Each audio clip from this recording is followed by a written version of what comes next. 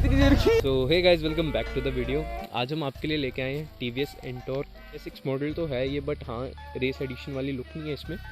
तो इस स्कूटी का रिव्यू लेके आया हूँ मैं। तो ये मेरी पर्सनल स्कूटी है जिसकी मैं बात कर रहा था पिछली वीडियो में, तो जिसका नाम है TVS एंटॉर्क। 125 सीसी की स्कूटी है ये, जो बेसिकली सभी को पता होगा। रेस ट्यून्ड फीचर्स के साथ आती है ये स्कूटी। और ये जो स्कूटी है ना, ये मतलब कि 1 लाख के अंदर अंदर अगर किसी ने भी घोड़ा पालना है तो ये स्कूटी मैं रिकमेंड करूँगा। बाकी हर चीज़ में भाई ये स्कूटी आ गया है। इंस्टा पे अगर आप एंटॉर्क सर्च करोगे ना, आपको लाखों रील्स मिल जाएंगी एंटॉर्क पे। तो ये स्कूटी है ही इतनी प्यारी, सभी पसंद करते हैं।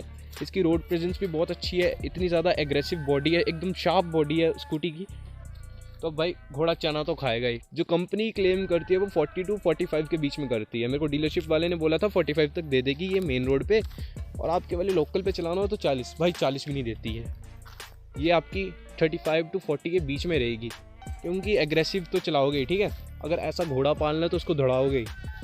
तो हाँ 35 to 40 के बीच में आपको माइलेज देगी, जो हाँ स्कूटीज़ के हिसाब से बहुत कम है। टेल लाइट इसकी स्पेशल एंटॉर्क की जो शान है, ये इसका एग्जॉस्ट आ गया। तो ये बेसिक सी नॉलेज थी जो एक स्कूटी के बारे में आपको होनी चाहिए। अब रही बात बाकी चीज़ों की, बिल्ड क्वालिटी। ठीक है, ये देखो बिल्ड क्वालिटी, मतलब कि स्कूटी बनाई तो है बट लाइट वेट करते करते करते करते वो ये भूल गए कि रोड पे भी चलानी है। ठीक है, जैसे आप ख़रीदते हो इसे, बहुत ही हार्ड वाला जंप लगता है तो नहीं सह पाएगी ये, क्योंकि ये बनी है भागने के लिए। इसके शॉकर्स भी उतने ज़्यादा पावरफुल नहीं है कि। तो अब मैं आपको फीचर्स दिखा देता हूँ। ये एक स्कूटी है, टॉप एंड सेगमेंट के स्कूटर्स हैं वो बताते हैं कूलिंग का, कि आपका इंजन कितना गर्म है कितना ठंडा है। ये इसका मोड का बटन आ गया, ये सेट का, ये देखो ये आ गया हमारा स्पोर्ट्स मोड। अब स्पोर्ट्स मोड ये है नहीं है हैवी बाइक्स की तरह कि हाँ इसकी इंजन की पावर बढ़ जाएगी, वैसा कुछ नहीं है। ये यहाँ पे आपको बता देगी कि आपने लैप कितना कवर किया, कितने किलोमीटर ऑल टोटली चली है स्कूटी। तो ये यहाँ पे दिखाती है कि कितने मिनट्स में आपने कवर किया अपना लैप, जो टोटल किलोमीटर होंगे, मिनट, सेकंड्स, मिली सेकंड्स। और ये 0 to 60 भी बताती है कि आपने कितने सेकंड में अचीव किया। यहाँ पे इसकी टॉप स्पीड आ जाएगी। तो मैंने 110 तक भगाई है ये स्कूटी, और आप मानोगे नहीं 110 तक जाती है ये। 21 मिनट की मेरी राइड थी, 15 किलोमीटर में चला था उसमें 1.2 सेकेंड्स। ये फेक है एक्चुअली ये फेक है, क्योंकि 1.2 सेकेंड्स तो भाई मैंने इसको डबल स्टैंड पर रखा हुआ था तो करके चली गई थी 1.2 सेकेंड में। एंटॉर्क चलाने का मैं एक रामबाण तरीका बताता हूँ। यहाँ कभी मत बैठो, रेस पकड़नी है जिस टाइम पे यहाँ जाओ। ठीक है, पता नहीं क्या चक्कर है, यहाँ पे जब आप यहाँ पे स्पीड नहीं पकड़ती स्कूटी जब आप यहाँ पे बैठे होते हो, बट वहीं उसी जगह आप यहाँ पे बैठ जाओ ना, आपका बॉडी वेट मैटर नहीं करता, यहाँ बैठ जाओ स्कूटी खुद रेस पकड़ती है। आई डोंट नो, एरोडाइनमिक हो जाती है स्कूटी तो करके, ये क्या भी चक्कर है, बट ऐसा कुछ है। अब रही बात बाकी की चीज़ों की, तो साइड 110/80/12 का टायर है, जो स्कूटीज़ के हिसाब से बहुत ही ज़्यादा वाइड टायर है। अगर आप एंटॉर्क को कभी रोड पे चलते हुए देखोगे ना, या खड़ी हुई मिले आपको, एक्टिवा का और एंटॉर्क का टायर कंपैरिजन कर लेना, एंटॉर्क लगती बैड है ऐसा उसके सामने। कुछ भी मॉडिफिकेशन इस टाइम पे पॉसिबल है एंटॉर्क पे, एग्जॉस्ट तक लग जा रहे हैं इस पर। इंडिया में पहला कोई भी बंदा ऐसा नहीं था जो स्कूटी पे एग्जॉस्ट लगा के घूमे, एंटॉर्क लेके आई है वो चीज़। क्यों, एक बार आप आवाज़ सुनो ज़रा इसकी,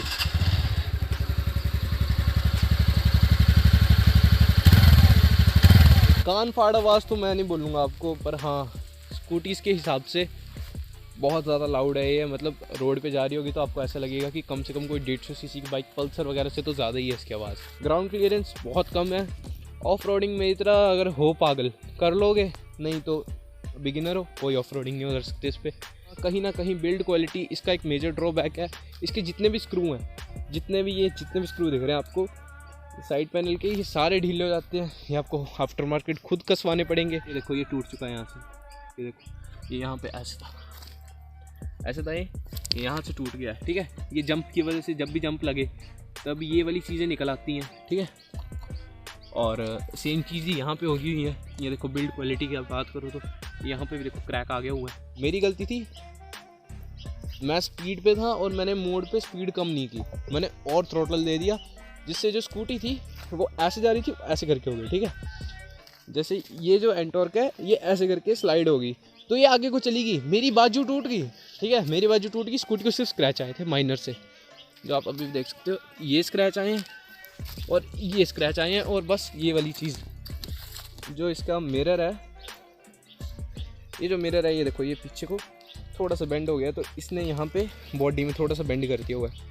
बाकी घोड़ा तो प्यारा है, महंगा है स्कूटी इसके हिसाब से, ख़रीदना है ख़रीद लो। बाकी अगर आप मेरे को बोलो कि कौन सा वाला बेटर है, एंटोर, रेस एक्सपी या एक्सटी, तो अगर पैसे हैं एंटोर का एक्सटी एडिशन ले लो, वो बढ़िया है क्योंकि उसमें बहुत ज़्यादा फीचर्स मिल जाते हैं आपको। बट जो रेस एक्सपी एडिशन है वो मैं नहीं कहूँगा आपको, क्योंकि उसका पंगा ये है कि उसके पास ग्राफिक्स हैं और सामने DRL है, ठीक है। अगर आपके पास पैसे सिर्फ इसको लेने जितने हैं, मतलब लाख तक का बजट है, ये ख़रीद लो, उससे ऊपर तक का नहीं जा रहा है, तो उसको लेने का कोई फ़ायदा नहीं है। बाद में जब पैसे होते हैं तो 4000 का इसका DRL आता है, वो ले लो। मेरा 800 रुपये के वो स्टिकर्स आ जाते हैं रेस एक्सपी के, तो बाकी कोई चक्कर नहीं होता। तो बस यही था आज की वीडियो में, तब के लिए टाटा बाय बाय।